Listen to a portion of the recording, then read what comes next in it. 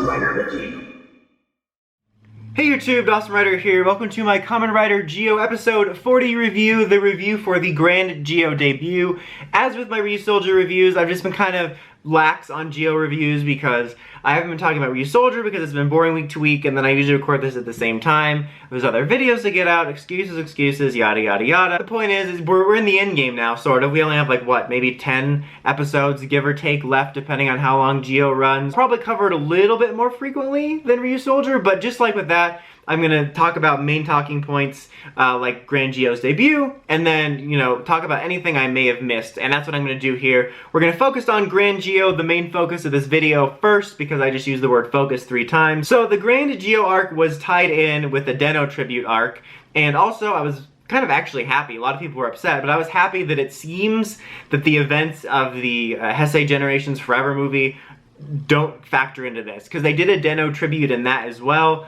Even though he has the double watch in the series, which he got in the movie, you know, they don't care about their writing and their continuity. Not a fan of that movie, so I've kind of preferred this, other than Ryuto's actor coming back, but, you know. Anyway, point is, if you're worried about that, you do not need to see that movie for this to make sense in any way. We got the Imagine in these episodes, and then we got Zeronos and Deneb back. They did make a joke about how it's the same actor that played Kirya in Hibiki, which was funny, just like they did with the Ixa Grease stuff in Heisei Generations. In general, Den-O is one of my more favorite series. I always find the Imagines to be charming and funny. Their antics together, Deneb's antics with Yuto, so I really enjoyed that aspect of it. You know, you had Momotaro's possessing multiple people in this. There was some funny comedy with that. Him trying to figure out how the different drivers work. As always with these tribute arcs in the recent, like, second half era of them, they had some nice little musical cues, nice moments that lined up with what Den-O did with the way Imagines worked. So there was some pretty good tribute-y stuff in there, and it made sense with the time travel of it. There was a plot about some guy and his brother's, or his girlfriend's brother. Like, I just didn't, like, they spent so much time on that. Like, this is the debut of the final form of the series, and like, they're like, oh, you betrayed me, and then you took my, I'm like, I don't care! Get out of this episode! Get out of my life! Now! I did not care about that. I'm not even gonna discuss that, because I don't care. You know, it was used for the Imagines contract so they could go back to the past. But this was tied with him getting Grand Zi-O, because Den-O was the last watch he needed. Even though he still needs drive, I mean, he has access to the one Gates had in the future that Gates has. But they even said at the beginning of part 1 of this that, oh, he still needs 2 ride watches, and yet as soon as he gets Den-O's, Grand Zi-O's happens. I want to know how that works. Like, I'm fascinated by the lore of the ride watches. Like, who created these so that all of a sudden, if you have all of them, it's like, boom, new ride watch, like magic. And also, they can just erase people's timeline? How do they work? What do you do? What do you wear? I want to find out about this. They might answer some of this and less, but that kind of fascinates me. And we did kick off this 2-parter too with actually teasing Grand Zi-O, likely to sell the ride watch ahead of time, and then kind of leading up to it. There was kind of a weird back and forth because episode 1, or, you know, 39, ended with him getting it, and then Den-O's like, oh, never mind, I gotta take it back because they say you're evil. And then he got it back at the end just to stave it off. He's got the Grand Zi-O power now. I'll say that the suit has grown on me. In person, there are aspects of it that I like. I think it does look kind of cool in action. I still wish he didn't have the rider faceplates and it was just something like logos.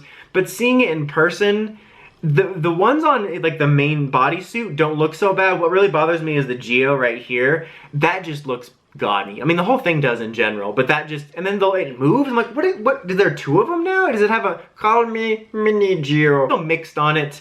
The ride watches in general looks like a fungus that pops out, and then, like, it's really weighing down the belt. Like, when he pops it in for the transformation, they do like a little slow-mo and the belt's like, oh god, I can't handle it. For the transformation, there is some really cool aspects of it. Like, it's really loud. There's no way they're gonna do this every episode, but you have like all the riders appearing beside him in their sort of rusted stone form like we've seen numerous times in the opening, and then the statues in the future, but then they all the stoner rust falls away and you see the actual riders, and it plays all their beginning jingle beats. I like that a lot. I mean, it was really cool visually, and I like the jingle beats, but I hate then it starts sing-songing at it. It's like, Kugachi, it's like, shut up! Alright, that was an overreaction. I just really hate the sing-songy noise. It's overkill. Like, I really liked the individual sound bites of each writer's belt, because it kind of reminded me of the way DK did it, and I would have liked it just had, okay, tiny soundbite from everybody, then Grand Zi-O, but then just singing their names at us is like overkill.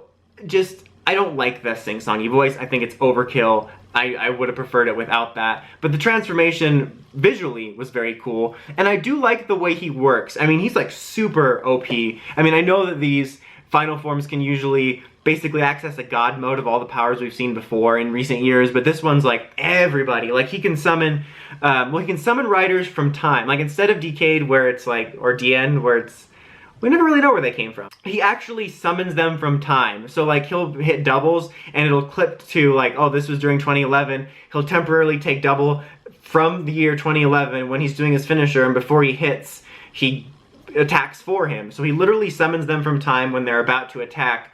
So like if someone's, I don't know how that works. Like did he ruin the attack?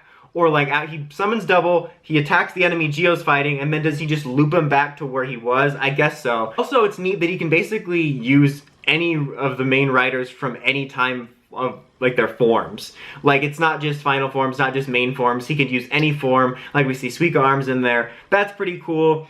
I guess whatever he's thinking about when he touches because he touches it on himself. You know how it is. I guess he just has to think about what he wants to do with it, because like he hits double, summons a guy, and then he can also hit double and summon his weapon because he uses weapons from previous riders as well. So yeah, I'll admit there's some cool stuff about that. There's so many questions I have. I'm really honestly interested to know how much are going to get answered by the time the series and the movie are done, because I'm honestly curious, like, Woz is treating this like a normal debut. He's so stoked. But I'm like, okay, is this like Woz? Has he always been Grand Zi-O? Does he know this? Is this another stepping stone to Oma Zi-O? Or is he excited because he's Team New Future now? Because something that bothered me about this arc was Zi-O's like, okay, I gotta get this power so I can defeat Oma Zi-O. And I'm like, why? All you have to do is change the timeline and he'll be erased. And last week's episode I was thinking, well, Oma Zi-O's not even, he doesn't even care. Like, he's not trying to stop you. And then in this week's episode, he summoned him at the end. And I'll be honest, I always wanted to see at least 1 or 2 confrontations between the two, and we already got the one way earlier than I thought. But we already have been shown in the episode early on when Sogo initially threw the driver away that he could affect the timeline and erase Oma Zi-O. And then when he decided not to, it came back. So if he changes the future to this bright Grand Zi-O future, won't Oma Zi-O just poof? I guess they change the rules all the time, so this is something I'll wait to complain too much about. I'm gonna complain a little bit. Obviously it doesn't make for interesting television to not have them fight, but just logically, he doesn't need... One of 2 ways that this can go, based on the rules that they've set up, which is he either changes the future and Oma Zi-O and his timeline, they're just gone. Like, there's no more Oma Zi-O timeline. Or he just creates a continuous loop in which his younger self always kills his older self. So he just becomes Oma Zi-O, and then at some point his Grand Zi-O self just kills him. So, I don't know. I'll be interested to see how they explain that. Right now it feels a little bit needless for me. Overall, I did enjoy the Grand Zi-O episodes. They weren't perfect. I enjoyed the Den-O stuff. I enjoyed the way Grand Zi-O debuted. And mostly Zi-O, it's still been maddeningly inconsistent in some of the rules, but they've been pretty solid with the tribute episodes. This second wave of tributes have been pretty good. Kiva's was a little bit mixed, and they never explained where Ginga came from. I mean, they did, but like, not enough. Like, oh, he just came from space because of an anomaly. But why? And they're like, oh, here's a new ride watch. I wanted to know more about that, and then the Kabuto episode made it seem like they were going to dive into that more because it made sense with the meteors, but then they never did. Did address that, like, Sogo doesn't remember the events of Kabuto, because that's like one of the series that's ultimate BS, that it's supposed to take place in this main writer world they supposedly have, because like there was like history-altering events with that meteor hitting. And so they acknowledge Sogo doesn't remember it, not just because he's young, but because it didn't happen. So they acknowledge that there's something wrong with the timeline. So I'm happy they at least did that. That's something I feel they should have done way earlier, and it's something I'm hoping that they fully address later, because that would fix a lot of my complaints about that, because there's a lot of mess with them attempting to put all these different universes into one world like it's always been that way. It's been more enjoyable, the tributes have been better, there's been some cool action. Overall, I'd give the Grand Zi-O debut episodes a 7.5.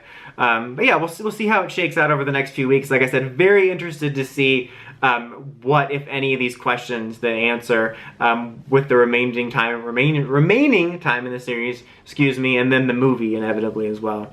Anyway, that's about it for this one. Until next time, don't forget to like, comment, subscribe, and of course, don't forget to find the steps, entering that bell to notifications for all my videos. Till next time, Dawson Ryder, signing out.